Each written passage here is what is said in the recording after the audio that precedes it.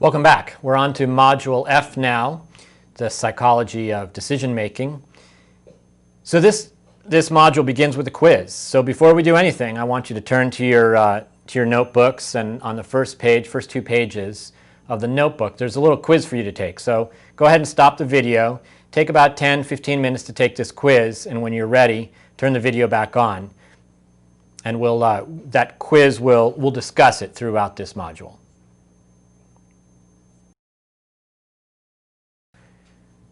Great, you've taken your quiz, and we'll discuss that as we go throughout this presentation. Just like to acknowledge before we start that this module was really created by Jennifer Szymanski of the Fish and Wildlife Service, as well as Gene Cochran, and they're both experts in this area of descriptive decision making. So what we're going to talk about now is we're going to take a pause here. We've been through so far the PR, the O, the A, and the C of PROACT. And after this module, Sarah will come back and talk about the T, the trade-off side of things. But before we do that, we thought we'd step aside a little bit and talk about, well, what happens when people make decisions without structured decision making? How do we make decisions normally? And what are the characteristics of those decisions, and what are some of the pitfalls? Part of this has to do with motivating why we want to take a structured decision-making kind of approach. But I think it's also useful to understand how we make decisions on an intuitive basis. So the module objectives include recognizing some of the common traits that we have as human decision makers, and then explaining how these tendencies can keep us from making the best or optimal decisions, and learn a few strategies for guarding against the psychological pitfalls in decision making.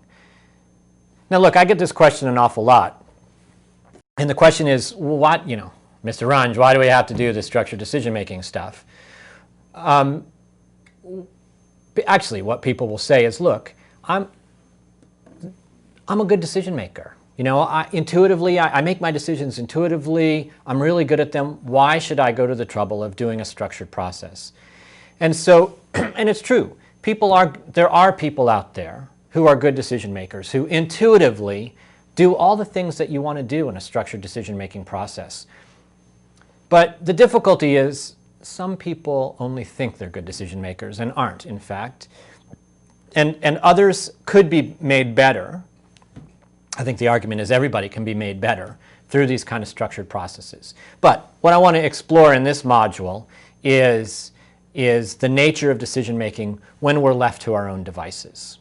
Okay, so there's this field called descriptive decision making, and it's a study of how people do, in fact, make decisions in the typical kind of settings where they make decisions.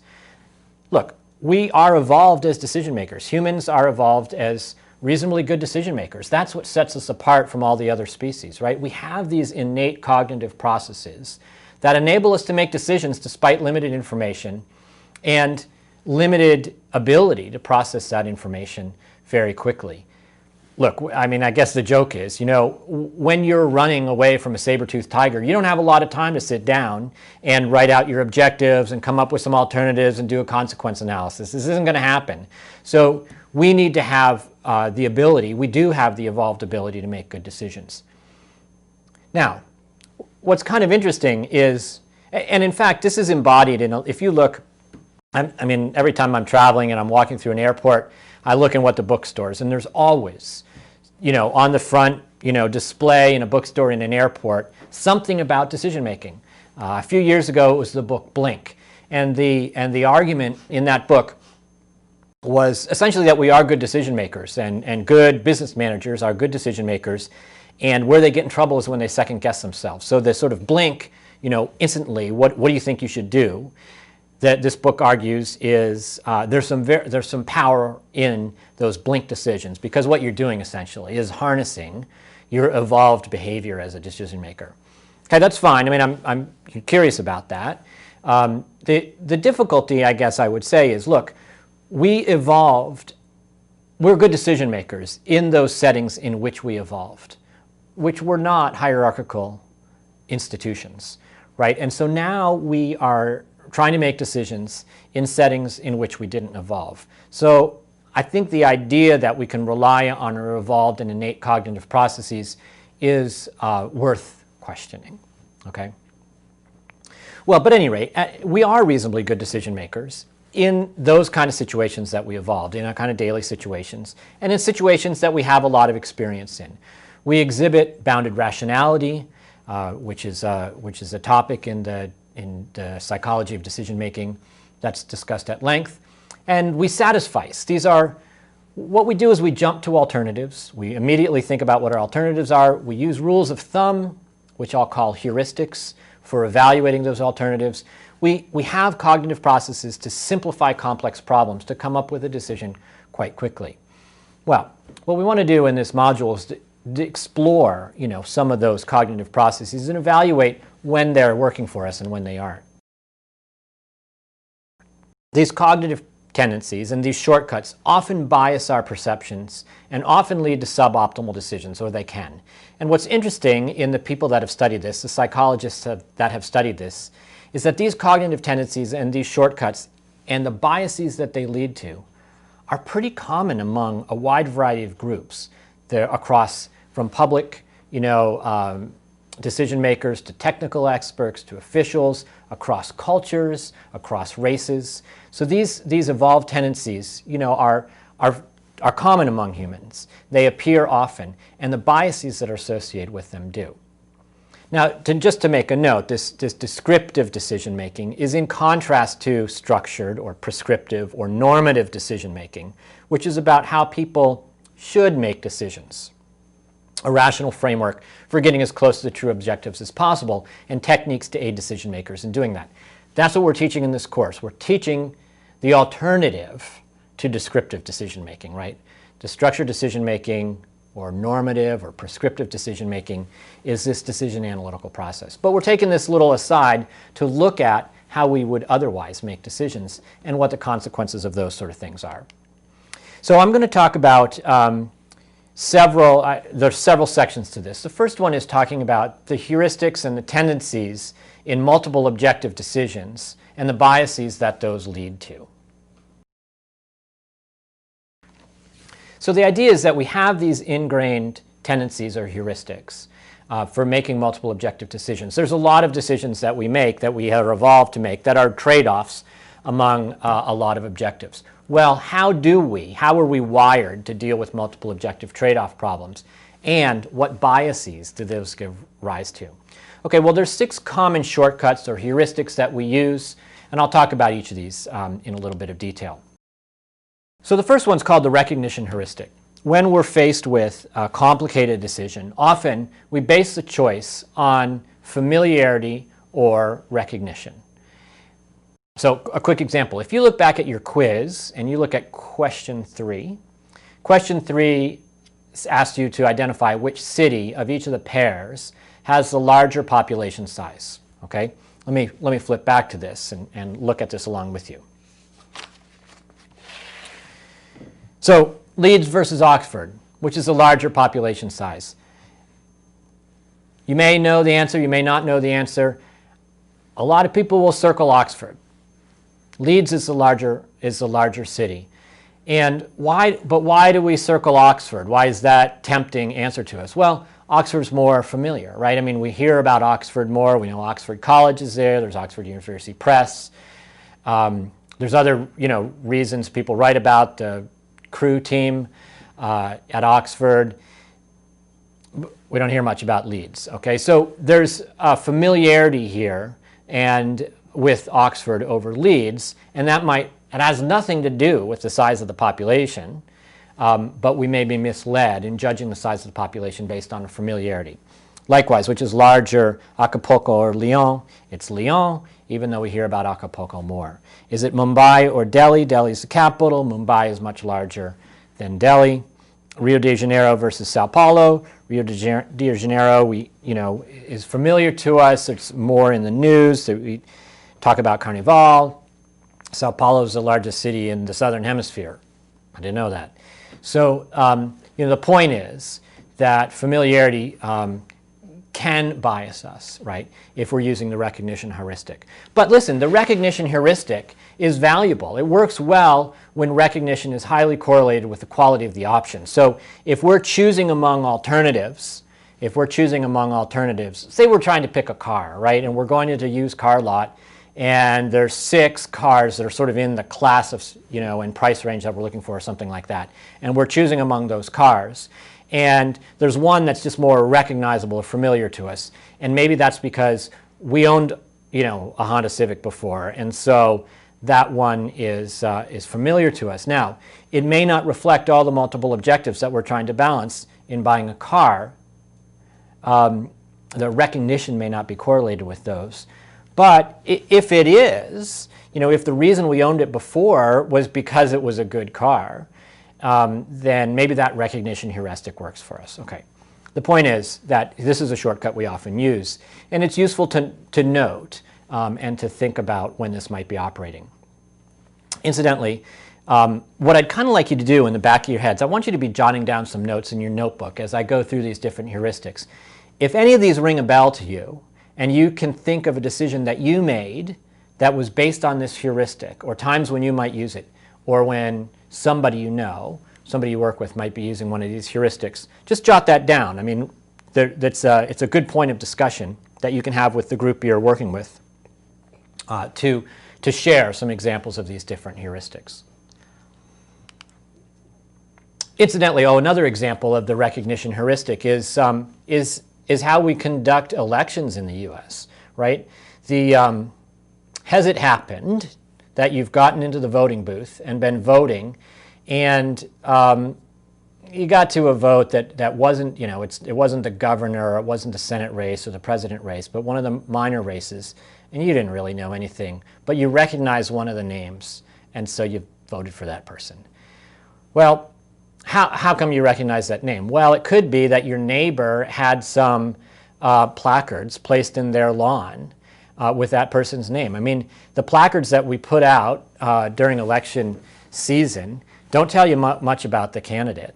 But if you see the name a lot, it builds up a recognition. So really, the placement of placards and advertisements like that, in fact, an awful lot of advertisement is playing into the recognition heuristic. That's the point, that those advertisers or those campaigns know that people often make decisions based on recognition or familiarity. So they want to create that familiarity through the campaign. Second strategy is called the minimalist strategy. And this strategy, essentially you use the first objective that comes to mind, where that objective is probably selected randomly. You don't actually go through a listing of all the objectives. You just sort of find the first objective that distinguishes among the alternatives and use that. So let's see if we can think of an example of this. So this would be a case where there's a lot of, you go in and you're buying maybe you want to buy a video camera, right? And so you go into the Big Buy or the Circuit City or whatever the place is, the Walmart or the Target or something like that. And you're in this section where they've got video cameras, and there's a whole array of choices, and they differ on a whole bunch of different objectives. And so you kind of go through and let's say you think, I want a larger, I don't know the terms, the receptor size, the size of the image that's captured, or the number of pixels, okay, the number of pixels. And so you say, okay, I'm going to do it based on the number of pixels, and you choose the one that has the largest number of pixels. Use that objective, and you choose the camera that way. Well, it's the first objective that came to mind. It's easy to make a decision this way, but it doesn't necessarily reflect all the objectives that are important to you. Okay, so, but it's a quick and it's easy strategy. It allows you to make a decision quite quickly. A third heuristic that we use in making multiple objective decisions is sometimes called take the last, where you're picking the same option you chose in your last decision. Well, of course, this is really a status quo, so it maintains the status quo. Whatever you did the last time you had to make a similar decision, you do it again. That creates quite a bit of inertia based on the status quo. Now, look, that works well if the status quo is correlated with the quality of the options you're currently evaluating, if the thing you chose the last time around is correlated with what's best this time around. That may or may not be the case. I mean, that's the pitfall of this heuristic. But in essence, what it says is, I've done this analysis before, I don't need to do it again. And so I'm going to stick with the same kind of choice I made before. I know certainly for me with buying cars, this is the kind of thing. Like I long ago made a decision about the kind of car I want, and I can't imagine that I'm going to really explore those options again. That may or may not be good. I mean, if I don't really care about all the other objectives, I really don't want to evaluate them, then this is a fine heuristic. But if there's ways that I could make a better decision about purchasing a car, if I reconsidered my objective, then the take the last heuristic is leading me astray. The fourth heuristic I want to talk about is, you might call it use only the most important, or take the best. In technical terms, it's called the lexicographic strategy. And it's a choice based on one most important attribute. And so what you do is you take the time to sort out the different objectives and identify which objective is most important to you. And then you make your decision based on that one attribute. Okay, so flip back to your quiz. Question 7. Which notebook computer did you choose? Let's look at it.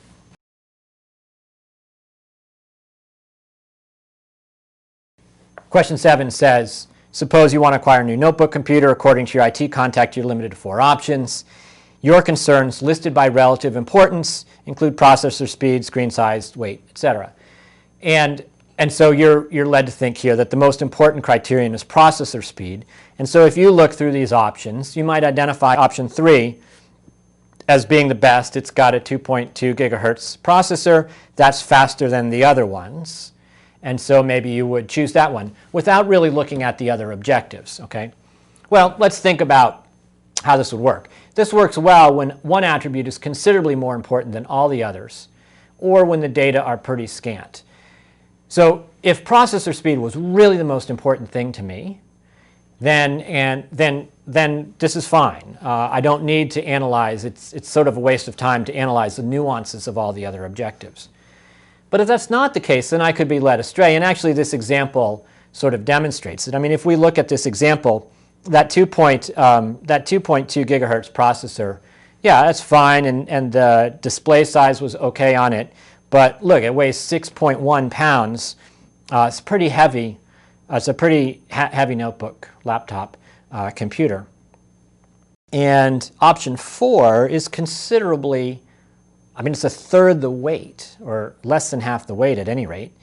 Now, it's a slower processor, but maybe I'm willing to look at that trade-off. I mean, the difficulty is with the lexicographic strategy is you're not really evaluating trade-offs. Now, there is another one called the semi-lexicographic strategy, heuristic. And what you do here is you figure out in order what are the most important qualities of the decision, attributes or objectives. And then you kind of look in order at each of those until you find one that really differentiates between the alternatives. So for example, in this example, you might look at options 1, 2, and 3 and say, okay, look, the speed is 2.0, 2.1, 2.2 gigahertz. I don't really distinguish much between a 10% difference in processor speed like that. So actually those are kind of tied. And so that's tied, even though that was most important. I'll go to the next thing. And then I'm looking at screen size. I've got 15, 14.1, and 13.3. Maybe at that point I say, okay, the 15 is really what I want. I could go with option 1. Or maybe I say 15, 14.1, 13.3. Actually, those don't matter to me. Those are about tied. Then I go to weight, and I say, well, now there's a weight difference, and maybe that leads me to option 1. Okay, and so I keep going until I find the one that differentiates between the alternatives. So I think semi-lexicographic strategy we kind of use a fair amount, actually. The trouble is it can violate what's called the axiom of transitivity. The axiom of transitivity says if option A is better than option B, and option B is better than option C, then option A must be better than C. But sometimes what happens is with the lexicographic or semi-lexicographic strategy, you can be evaluating things and that axiom of transitivity can be violated.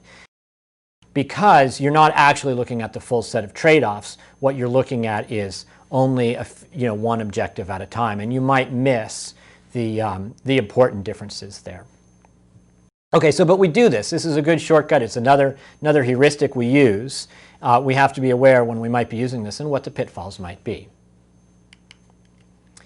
The fifth heuristic that we often use, and I think you'll recognize this one too, is called elimination by thresholds or elimination by aspects.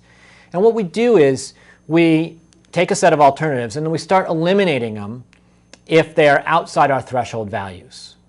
So we constructed in the quiz an example for you. Look at question 9, which had to do which car did you choose.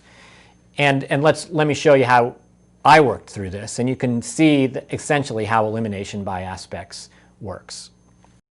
So in question 9, you have to get a new car. Cost is very important to you, so you decided it's prudent to pay less than $25,000.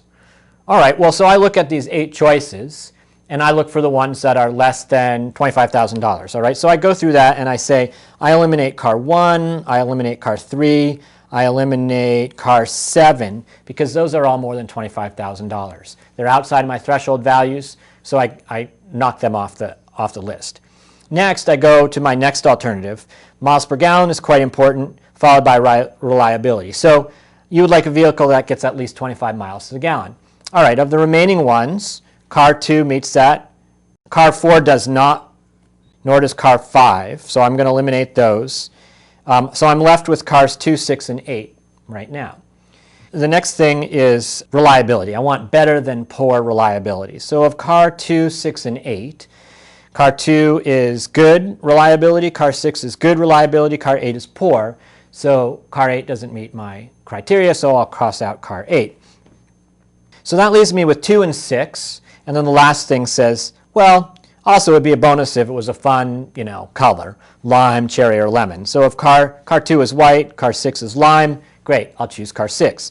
Okay, so that was sort of the application of elimination by thresholds or elimination by aspects. You see, you're working through your objectives in order and just kind of winnowing the list by saying which ones remain as plausible alternatives after consideration of these objectives sequentially, and then I end up with this particular choice of car 6. And I think if you sort of were led through this problem in the same way, you would have also chosen car 6. Now, what's the problem with this? Well, the good thing about it is it's easy to apply and it's easy to explain. And I think you can imagine settings you have in your personal life where you ask somebody how they made a decision and they went through exactly that kind of logic, that they eliminated the things that they didn't think worked and kind of winnowed things down to what did. But you might miss a more optimal solution because what you're really not doing is allowing for these trade-offs. You're really not considering the possible trade-offs. And so, for example, if you look at car number 1, compare it to what we chose, right? It's cost $26,000, $2,000 more, but it gets 33 miles to the gallon rather than 28 miles to the gallon, and otherwise it's good reliability and it's lime. Well, that's an interesting question. Is that additional 5 miles per gallon worth $2,000? Well, we were never able to ask that question before, right? We said $26,000 is off the list. We couldn't ask the trade-off question. And so that's the problem with elimination by thresholds, is you're not really doing a full trade-off analysis of the problem. So again, it's a criterion we use, and we should be aware of it. And the question is it leading us to a good decision? The sixth heuristic that we often use is called reason-based choice. And here's where we choose an alternative based on the reason that we can offer for it. Now this is interesting. So we choose an alternative because we can explain why we chose that alternative better than we might be able to explain a different alternative. So this is interesting. We often use this heuristic if justification will be required for a decision. And this is more prominent in group decision making than it is in individual decision making. But think about it. Think about the work that we all do in federal agencies and state agencies and tribal agencies and NGOs, often where the decisions that we make are subject to a lot of public scrutiny and often litigation. And so particularly when we're worried about litigation, this question of, are we going to be able to justify the decision? Is it going to stand up in court? Will a judge like the reasons that, or understand the reasons we've given? We may be led to choices that are based on the reason more so than the content or the objectives that are achieved. So that's an interesting question. Do we really want to choose alternatives because we can make an argument for them? Or do we want to choose alternatives because they are in fact what's important to us? So this is really sensitive to how the decision is framed. There's a lot of psychological study about this particular heuristic and when it works and when it doesn't. The interesting thing is that if you frame a problem about selecting alternatives, you tend to emphasize the positive attributes. If you frame the problem as rejecting alternatives, you tend to weigh the negative attributes more heavily. I'll give you an example of this. Suppose you're considering some candidates for a job, and you've evaluated them on a whole bunch of different criteria. Some of them are really good at the technical aspects, but not so good at the communication skills. Some of them work really well in groups, but others, but may not, I don't know, may not show a lot of aptitude for professional development or something like that. So you've got, you've weighed up a bunch of different objectives that you've got in doing this hiring. Well, suppose I phrase the question to you, which one or two do you want to invite for interviews? So I'm saying which alternative you want to select, right? And in those cases, you'll tend to look for the people that score, that have, you're going to emphasize the positive attributes, the ones that are really good technically, have good communication skills, those kind of things. If I had framed the question the exact opposite way, which of these candidates do you want to eliminate? You'll tend to focus naturally on the negative criteria where they don't perform well. Well, the interesting thing is, suppose we're just talking about two candidates. One candidate who scores really well on the technical aspects, but fairly poorly on the communication skills, and one candidate who scores moderately on both of them. Well, if I ask you in these sort of affirmative framing, which candidate you want to select, you may well be drawn to the one that scores really well on the technical aspects. But if I ask you, who would you want to reject, you might choose the same person because you're focusing on the poor communication skills. Well, that's interesting. It's the exact same question because the one you accept, the other one's the one you reject and vice versa. And so it's framed the same way, or it's the same question but framed differently, and the choice is sensitive to that. And so part of that is that we're anticipating the reasons we're giving for selecting or rejecting these alternatives. And when we're anticipating that we've got to give those reasons, that leads us to those kind of biases. Now, that's fascinating. It's the same decision, and yet we make it differently based on the framing. That's one of the weaknesses about reason-based choice, and I think it's something that we have to be aware of. In fact, this is a good thing to be aware of for any decision. Is the decision we're making sensitive to how we've framed it? So those are the 6 heuristics, or not the 6, but they are 6 heuristics that we use in multiple objective decision making. These give rise to some common tendencies and biases that are pretty pervasive tendencies, and it's good to know about them so we can be aware of when we might be making them.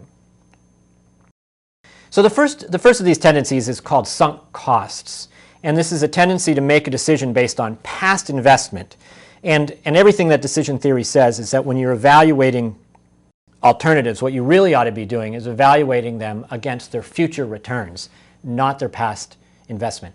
The past is past, and no longer helps distinguish alternatives. But we have this tendency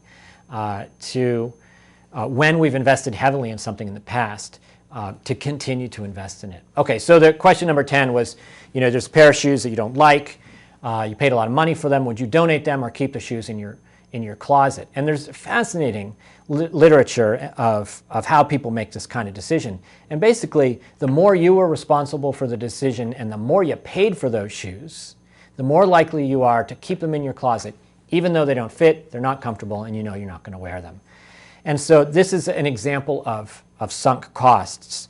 Another, you know, sort of classic example of sunk costs is what's called the Concorde fallacy. This is used as an emblematic example all the time. You'll recall that Air France and British Airways were collaborating to build the Concorde, right, which was the supersonic jet that was designed for transatlantic travel. And the interesting thing in the sort of business analysis of this project was that Air France and British Airways realized fairly early on that the Concorde was not going to be viable financially. It was too expensive to operate, to build and operate, and it wasn't ever going to generate a viable sort of business plan. And yet they continued to invest in the development of it and the production and the operation of the Concorde planes, way past when they actually had the evidence that it wasn't going to work.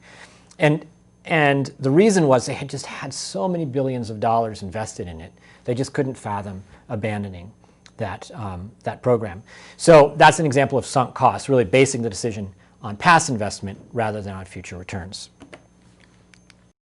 Somewhat related tendency is called the escalation of commitment, where we tend to continue investing in a suboptimal choice and continue investing and actually escalate our investment.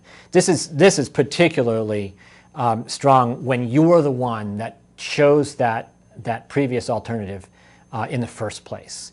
And then you tend to continue to commit to it as if to justify the original decision.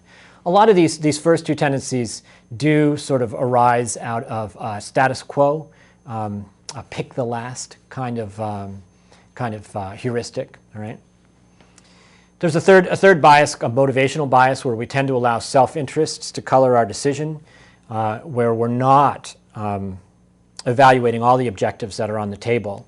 This might be related to the lexicographic strategy, perhaps, where we're really weighed by what we consider to be the most important objective. And that may be one that benefits us, and so that leads to a motivational bias in the kinds of choices that we're making.